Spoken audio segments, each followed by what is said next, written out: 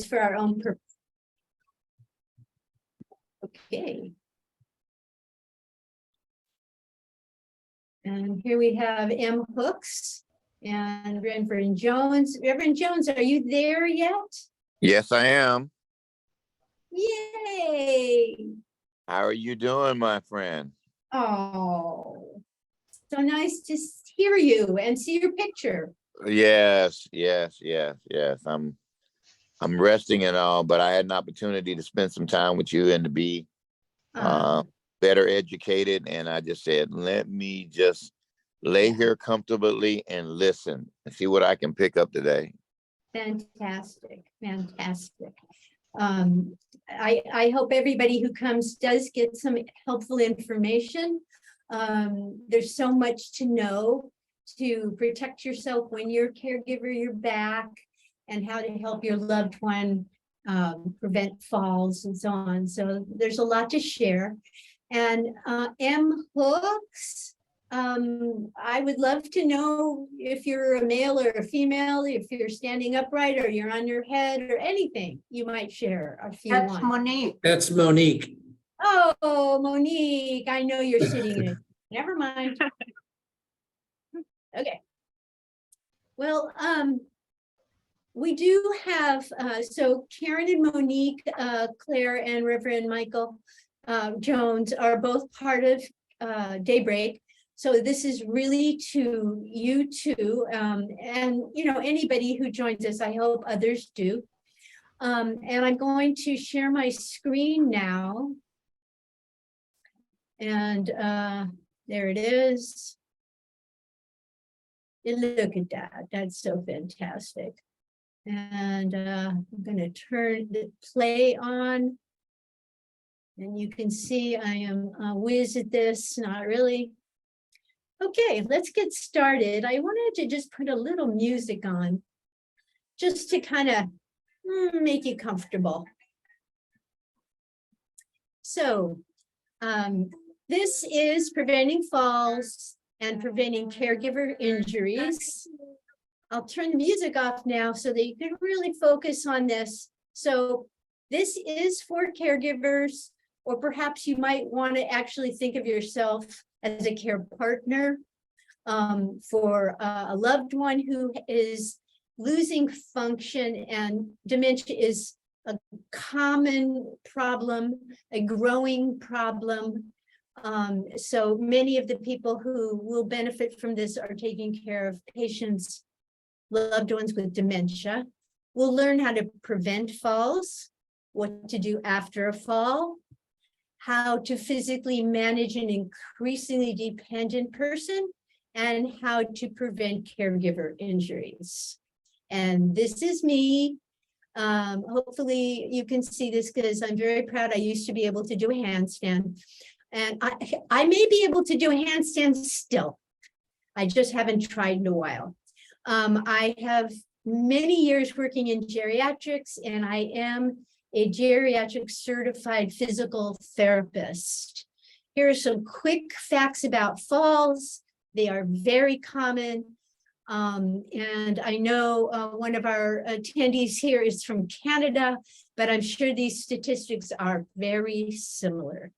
So let's go ahead and talk about kind of the basic principles, knowing your care partner and what their vulnerabilities are, getting their help in making sure they can safely stand and get up from their bed, turn over, even get up from the floor when that circumstance arises. And I really want to spend time talking about body mechanics, and so that you, the care partner, avoids back injuries, extremely common and avoidable. So I really want to help with that. And as your loved one does change, as many of these situations just aging itself, you could say is a progressive situation. Your loved one will maybe over time need more and more help.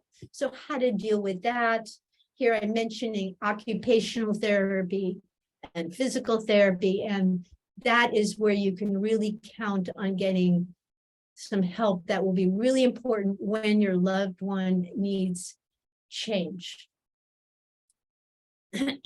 So I'm going to start with body mechanics, and I'm going to assume that you've had some of this information given to you, and hopefully you can look at these two pictures and immediately understand why the person on the left is going to have back problems. My back hurts when I look at that picture. And so it is so important that you understand, that everyone understands how to protect their back. This next slide is, I think, very helpful in understanding this concept of the neutral spine position. So as in the picture before, you can see the rounded back. And on the right, you can see the nice straight back, or even the little sway back or hyperextended. And here you can see it again with the stick figure. So really, really pointedly easy to understand. So when this person lifts up this load, if they are bent over, all the pressure goes on your back. And if by some chance you twist at the same time you're lifting, it's just a recipe for a disc problem. And whoa, nobody wants a disc problem. And chronic back pain just can go on and on. So I hope that those pictures are really make an impression on you. So moving on to things that can help you besides having a good sense of your own body is equipment. And just quickly, you may or may not know about these kinds of things: grab bars, over the toilet commodes, shower chairs. And I'm going to go into a little more detail on this, but there is just so many of these ways to make caregiving easier and safer. There is the realm of alarms, which will let you know when your loved one who has perhaps not got good judgment at this point or good balance, lets you know when they're starting to get up out of their bed, their chair, even walking outside, if they can't do that safely. Here I'm mentioning a bed handle, which is like a bed rail, but it slips under the mattress, and it's very, very easy to install, and an incredibly simple and helpful thing as people become more disabled in a process like we're discussing. Also bedside commodes. So that's just an idea. There are so many of these. You could Google it and get another, deeper look at it even, but I want to introduce that idea. Here I'm showing two simple pieces of equipment. One is a gait belt, which, truly any belt would work. And that just helps you control the position of your loved one as you help them get up from a chair and so on, perhaps when they're walking. It's just a simple item, so I'm showing it here. And on the second part of this slide is a sliding board. And I thought it was helpful to show this because most people have not seen this. And it really helps you if your loved one cannot safely stand anymore. How do you move them? How do you move them from their chair to the bed? How do you move them from the chair to the toilet? So this is one of those mouse traps that you may not have known of. I just want to give you an idea, okay? Here's some more items that I think are not obvious, that bear, show and tell right now. One here is the transfer bench. And I'm comparing it to a shower chair or stool. I'm only showing the transfer bench. The bench, you can see, is a bench because it's bigger than a chair. It goes into the tub, and it is also on the outside of the tub, so that your loved one, the person with disability, can sit down on the outside of the tub, although this is pictured so that it looks difficult for them to do that. I would have put the side without the handle on the outside of the tub, and then the person can sit down while in the outside, on the outside, they sit down, they haven't gotten into the tub yet. And then while sitting, they can lift their legs up and put it into the tub and slide over. And this is for a more disabled person, where a shower chair or stool sits in the tub completely. The person has to step over the tub, the side of the tub. And that's a case where you would want to have a grab bar. And though I haven't shown it here, grab bars should be attached with hardware and not suction. Okay. These are just important little details about creating a safe environment. In the middle here, I have a transfer pole. And I'm guessing you haven't seen a transfer pole. And though it looks like a big deal, it's not. It screws and it has rubber. And I mean, screws as in it gets bigger as you unscrew it. You don't necessarily have to use any hardware. And it can be a gigantic help with lifting or rising from a toilet or a bed. And it can make people more independent and not need a caregiver all the time, or it can make it safer for the caregiver. So I hope that if you have any questions, we'll have a little time afterward if you want to ask them. So here are some basic ideas about moving your loved one, being ready emotionally and physically. So beginning with, are they ready to move? And here is the idea of cueing and giving them a rhythmical 1, 2, 3, stand up. And that kind of cueing is, maybe it seems obvious, it's the most important thing, to have the person working with you in rhythm, giving their effort at the right moment. If they feel safer, it will work better. Number 2, we already talked about, and I can't emphasize it enough, to get your back in a stable trunk, core supported position. Hopefully the cartoon that I showed, the photo I showed, is still in your mind's eye. And here you can see the list of commonly challenging everyday circumstances. Standing up from a chair, from a couch, from a wheelchair, from the bed.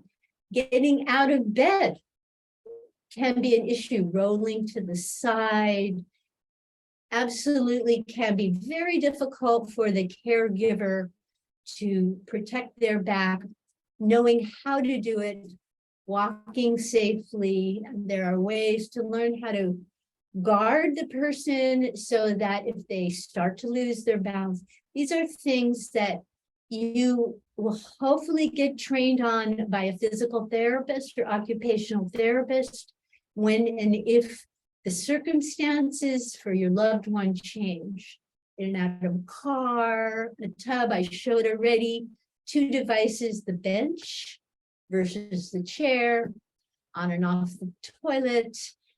We have a lot of wonderful equipment for that, over the toilet and a commode, and then getting up from the floor, and I will go into that more. Here is some basic principles balance. When you are helping, you have a wide base of support. And again, repeating, and it can't be repeated enough, a supported back, neutral position in your back, and then the cueing, and you are already know what to expect from your loved one, what they can do and can't do. And if you don't know, or they've been changing, then you know to get help to lift them, or to help to understand how you can better prepare for their new abilities, or perhaps disabilities. So going to move on here to some basic ideas about keeping your loved one physically active, as is really important for anyone getting older. And that's a whole nother topic. There's so much to do to stay physically active with exercise. And even somebody who is disabled falls into the category of exercise. So you can get that kind of information also from a PT and or an OT. So keeping them walking, keeping them as independent as possible will prevent them from becoming more dependent and more of a risk for you. Here in the United States, your primary care provider can order PT or OT to get the equipment you need. Medicare pays for this. And so be sure to let your primary care provider know if your loved one is needing more help than they did, or they're coming out of the hospital. That is so important. Okay, let's talk about falls. Pretty important. Basic. All of this is basic. All of it is not necessarily common sense when you're in the situation. And you will have access to some materials after we finish that you can have in your arsenal. So first thing, if you can prevent the fall because you're right there, or you can gently lower them to the ground without compromising yourself, that's all really important to do. But once the person has fallen, you want to begin to take care of the situation. And the first thing to do is to not panic.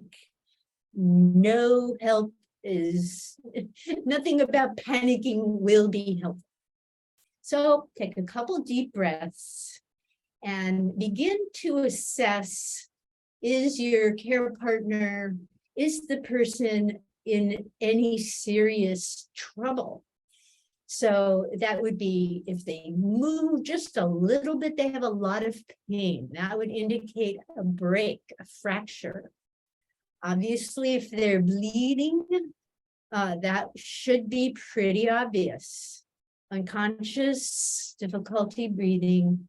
So without panicking, you want to put them in a safe position, supporting their head. You don't want to move their neck. Course, if you think there's any chance of a neck injury, not likely with a simple fall, but you want to make the person comfortable. You see they need help, you tell them, I'm going to get help. You call 911, you reassure, give them a blanket, and just take your time helping the person just relax. That's after a fall. When you think that there could be an injury, call 911 and help your person relax. And just to say, there are devices that will record a fall and automatically call for help. And I've not gone into that here, but I'm just mentioning that there are fall detection devices, and more on that if you're interested later. Okay, here's some important how to get up from a fall. Okay, and this is available for you to find at the end of this, but it is really, again, simple principles, panic not necessary. Okay, no injury, the person can move without pain. Okay, given that, you have them roll onto their side. Okay, and you can see in the third one down, the person has rolled onto their side. And there are ways to help a person roll onto their side if they're to the point where they need help with that.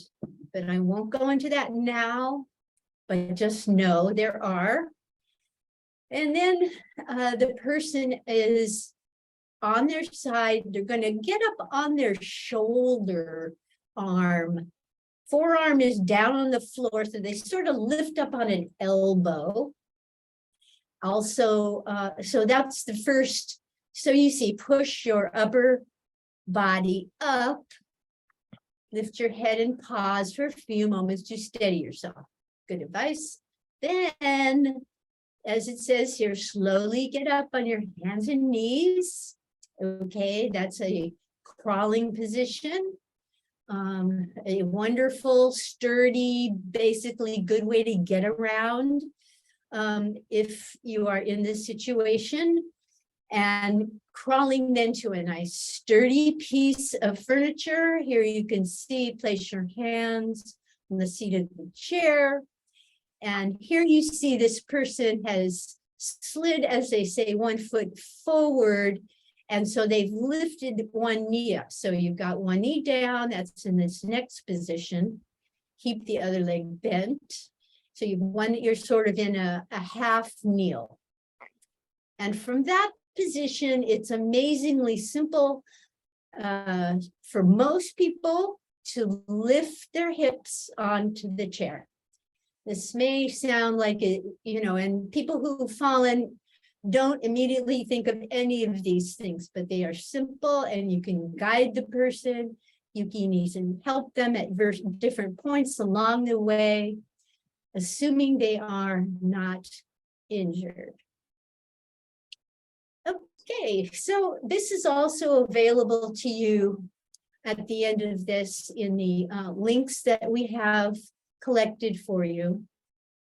And this is from a Dr. Kierneson. She's a geriatric physician. She has a wonderful website full of incredibly good information, free for folks as you age or take care of someone who is aging, or you work in the community with aging folks. But she has a list here, and you may think your doctor doesn't need this list, but it's really a little insurance policy that your primary care provider knows about the fall and follows up with things like medication and perhaps ordering a physical therapy evaluation or occupational evaluation. You can see in this list, there's a lot of things of value for you, caregiver, to do when that's the circumstance. Your loved one falls. It is important to let the doctor know and to ask if it's possible to come in and be evaluated. And here's a good list from Dr. Kierneson to use. So here are the basic principles. Once more, the issue of how to safely move a load, which if you've ever done any physical labor in healthcare or construction or so many fields, this is essential. Part of that is preparing yourself with good posture, maintaining your own strength and wellness, and getting help maybe before you think you really need it. So things are getting dicey, think about getting help. So these are sort of the quick and dirty things to remind you of. And there we have the cue that we've run out and we're done with the slides. There is a, I'll be sure to send to you the links. It's not here, and I was hoping it would be, but it isn't on this particular part of the rendition of this slide. So I'm going to end this share now and go back to, yeah, there we go. All right.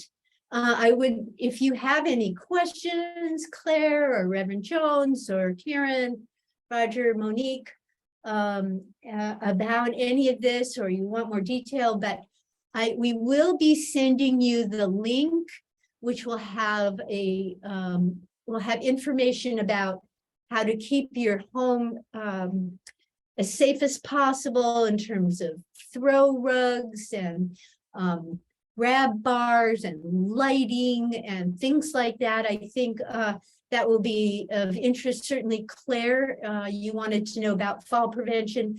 So in the links, there are some really helpful things like that. So we will send that to you.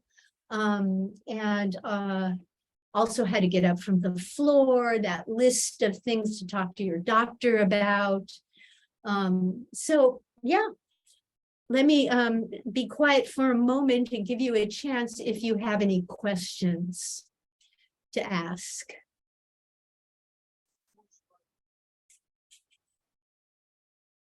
Claire, do you have any questions or anything that you hadn't heard about that? No, I don't have any questions. Okay, But, good. Okay. Yeah, I think you'll find the links, you know, everyone, valuable. And so, you know, take a minute to look at those. And good. I think we've covered what I have for today. And if we have no other questions, or Reverend Jones, do you have any questions here? No. Very informative. I'm just taking it all in. Okay, all right. Okay, good. Susan, All right. I wanted to add one thing that you mentioned assisted falls. And I think it's really important when we are watching our own health that we don't try to keep a person from falling and injure ourselves, but let gravity take it and hold them gently as they, you know, ride in the horse in the direction it's going, I think is the way to say it. That Yes, very yeah. helpful. Your own safety is primary. Yeah. If you are close to the person and they are falling towards you, then often you can step in closer to them and help them right themselves. Yes, that's true. If they're coming at you, that, you know, possibly you can do that. If they're falling away from you, there's not much you can do. Yeah, they're falling away from you.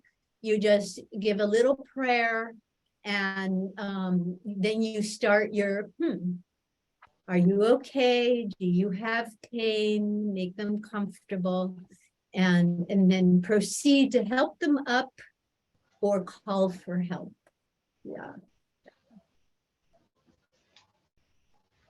Yeah, thank you for that question.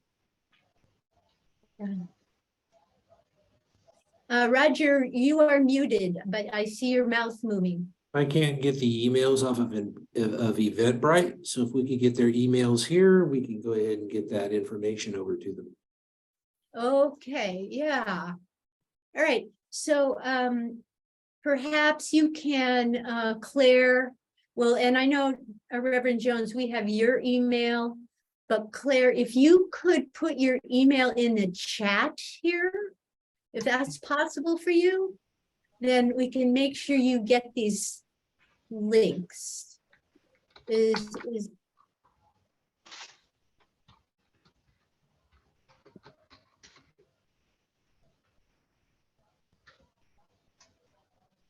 Oh, there you go. Thank you, Claire.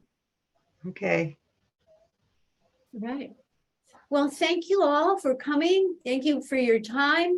And we will probably repeat this at some point if there is more interest and expand it some. Thanks again. Thank you again. Bye. Thank you. Thank you, everybody. Thank Bye-bye. you, Okay. Susan. I'll be in Bye-bye. touch with you. Great. Great. Thank you, Susan. Yeah. Great, great. Yeah, any feedback is, welcome, of course. Yeah. And Karen, you and I should find a time and perhaps you will have specific questions and so on. I'm happy to be your first stop, second stop, however you want to proceed in putting yours together. And it will be in 2 weeks, right? That's right. That's Yeah. right. Okay. So Yeah. I'll be connecting with you and getting specifics on the logistics of the pop-up that comes next to it. And I'll help support you, Karen, on that. That'd be great too. Yeah, Rod. Appreciate that. Absolutely. Yep. Yeah, I'm getting my material together and then I can figure out PowerPoints and so forth. Okay. I think it went really well today. I think you did a good job, Yeah. Susan. Yeah, I think it went I really good. agree. Yeah, I think it was awesome.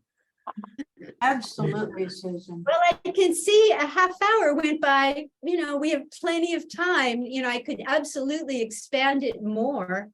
But, talking at people is a thing, and it'd be nice to sort of have interaction. And Yeah. that would really flesh it out. Yeah, and maybe as we get more participants, we get more people, more questions, more engagement. Mhm. Yeah. See? So So, yeah. we might want to look more at our outreach and see if there's, we can buff that up somehow. Yep, Definitely. absolutely. Definitely. Sounds good. Good job. Well, I'm gonna hightail it back to Solano County. While I can. Yeah, have fun. And I will. I will be on the call. I'll be present for all the webinars, Cool. to support whoever's delivering it and Roger. Good. Sounds good. Okay. All right, guys. Have a All great right. rest of the day. Good job. Yep. See you guys later. Have a good evening. Okay. Me Great. too. Okay. Bye. Bye. Bye, everybody.